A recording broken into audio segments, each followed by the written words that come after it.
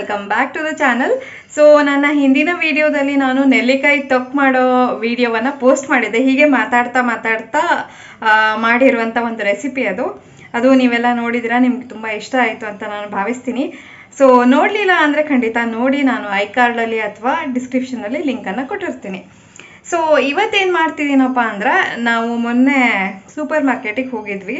ಸುಮ್ಮನೆ ಹಿಂಗೆ daily necessity shopping ಎಲ್ಲ ಇತ್ತು, ಅಂದರೆ ಮನೆಗೆ ಬೇಕಾಗಿರೋ ಒಂದಿಷ್ಟು ಐಟಮ್ಸ್ ಎಲ್ಲ ತರೋದಿತ್ತು. ಹಾಗೆ ಹೋಗಿದ್ವಿ.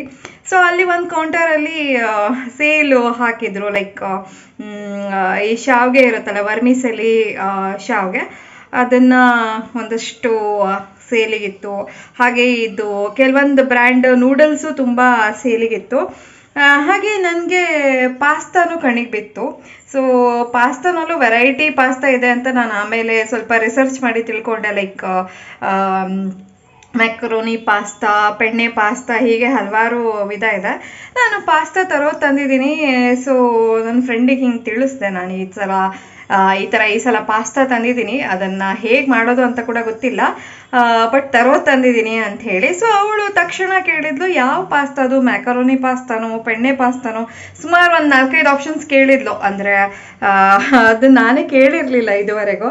ಯಾಕಂದರೆ ಈ ಪಾಸ್ತಾ ವೆರೈಟಿಲಿ ನಾನು ಜಾಸ್ತಿ ಎಕ್ಸ್ಪ್ಲೋರ್ ಮಾಡೋಕ್ಕೆ ಹೋಗಿಲ್ಲ. ಅದು ಯಾಕೆ ಅಂತ ನನಗೆ ಇದುವರೆಗೂ ಗೊತ್ತಿಲ್ಲ.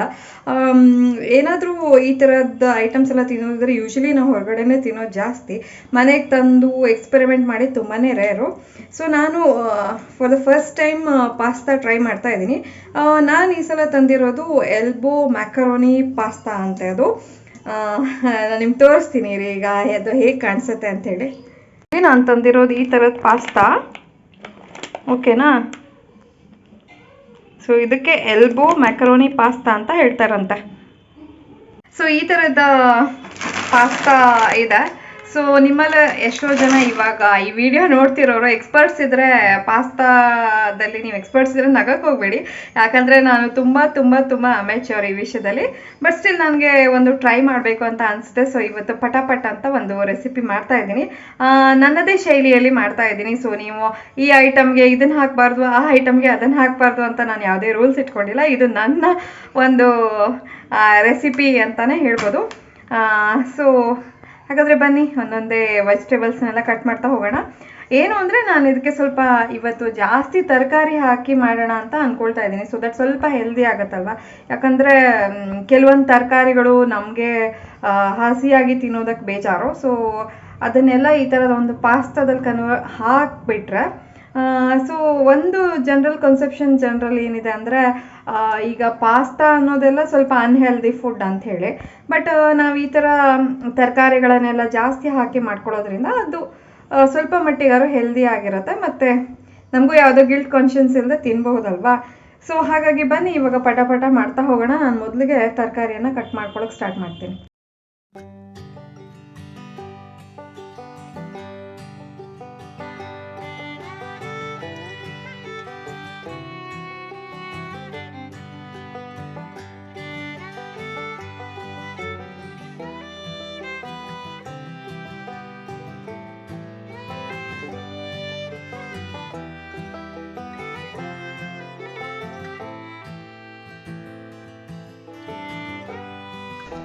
ಈಗ ಒಂದು ಪಾತ್ರೆಗೆ ಸುಮಾರು 2 ಲೀಟರ್ ಆಗುವಷ್ಟು ನೀರನ್ನು ಹಾಕ್ಕೊಳ್ತಾ ಇದ್ದೀನಿ.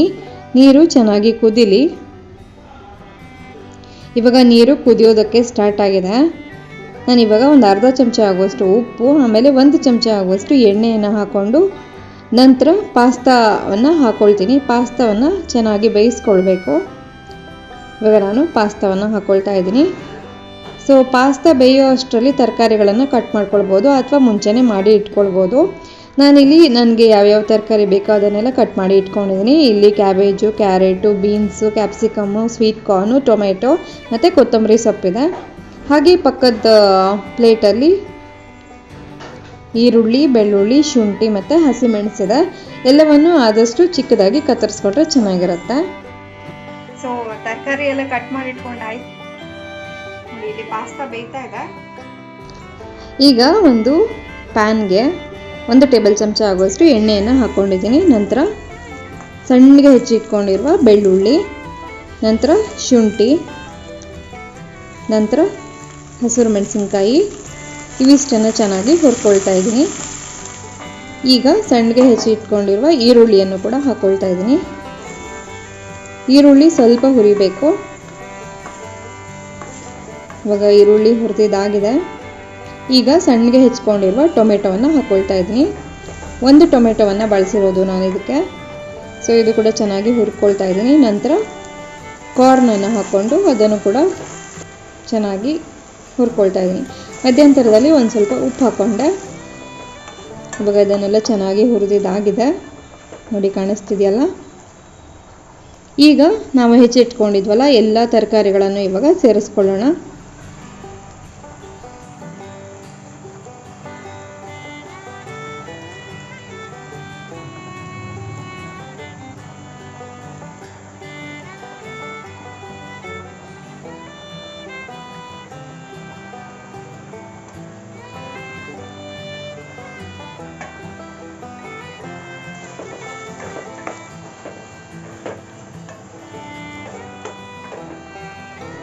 ಇದನ್ನು ಚೆನ್ನಾಗಿ ಒಂದು 2ರಿಂದ 3 ನಿಮಿಷ ಫ್ರೈ ಮಾಡ್ಕೊಳ್ಳೋಣ. ಅಷ್ಟರಲ್ಲಿ ನೋಡಿ ನಮ್ಮ ಪಾಸ್ತಾ ಕೂಡ ಚೆನ್ನಾಗಿ ಬೆಂದಿದೆ. ನೋಡಿ ಈ ಥರ ಮುಟ್ಟಿದ್ರೆ ಅಂದರೆ ಸಾಫ್ಟ್ ಅನ್ನಿಸ್ಬೇಕು, ಆವಾಗ ಬೆಂದಿದೆ ಅಂತ ಅರ್ಥ. ಇದನ್ನು ಒಂದು ಬಿಸುವ ಹುಟ್ಟಿನಿಂದ ಸೋಸ್ಕೊಳ್ತೀನಿ. ಸೊ ಈ ಥರ ನೀರನ್ನೆಲ್ಲ ತೆಗೆದುಬಿಟ್ಟು ಪಕ್ಕಕ್ಕೆ ಇಟ್ಕೊಳ್ಳಿ. ಅಷ್ಟರಲ್ಲಿ ನಮಗೆ ಈ ಮಸಾಲೆ ಕೂಡ ರೆಡಿ ಆಗುತ್ತೆ. ಓಕೆ, ಇವಾಗ ಪಾಸ್ತಾ ಚೆನ್ನಾಗಿ ಬೆಂದಿದೆ. ಸೊ ಅದನ್ನು ಅಲ್ಲಿ ತಣಿಯೋದಕ್ಕೆ ಇಟ್ಕೊಂಡಿದ್ದೀನಿ. ಹಾಗೆ ಈಗ ನಾನಿಲ್ಲಿ ಮಸಾಲೆ ಏನು ಮಾಡ್ಕೊಳ್ತಾ ಇದ್ದೆ ಅದಕ್ಕೆ ನಾನು ಟೊಮೆಟೊ ಸಾಸು, ಚಿಲ್ಲಿ ಸಾಸು, ಆಮೇಲೆ ಗರಂ ಮಸಾಲೆ ಪುಡಿ ಮತ್ತು ಖಾರ ಪುಡಿ ಇವಿಷ್ಟನ್ನು ಸೇರಿಸ್ಕೊಂಡಿದ್ದೀನಿ. ಹಾಗೆ ರುಚಿಗೆ ತಕ್ಕಷ್ಟು ಉಪ್ಪನ್ನು ಕೂಡ ಸೇರಿಸ್ಕೊಂಡೆ. ಆ ಕ್ಲಿಪ್ಪು ಮಿಸ್ ಆಗಿದೆ. ಸೊ ಇವಾಗ ನಾನು ಹೇಳ್ತಾ ಇದ್ದೀನಿ.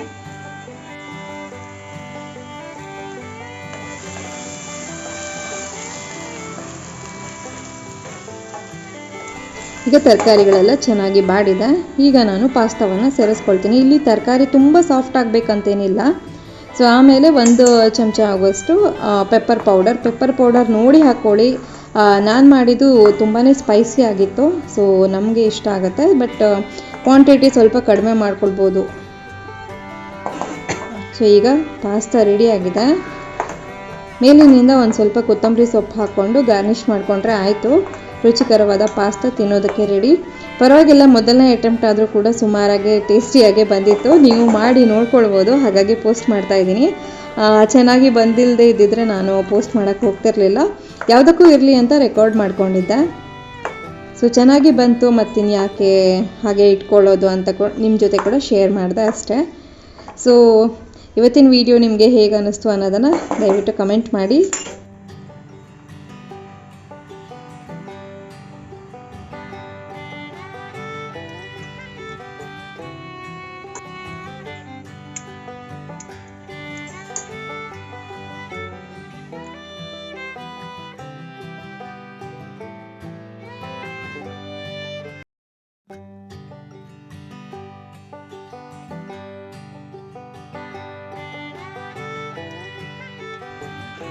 ಓಕೆ, ಇವಾಗ ಪಾಸ್ತಾ ರೆಡಿ ಆಗಿದೆ. ನೋಡಿ ಇಲ್ಲಿ ಕಾಣಿಸ್ತಾ ಇದೆ. ಸಮ್ಮು ಇಲ್ಲಿ ನೋಡು.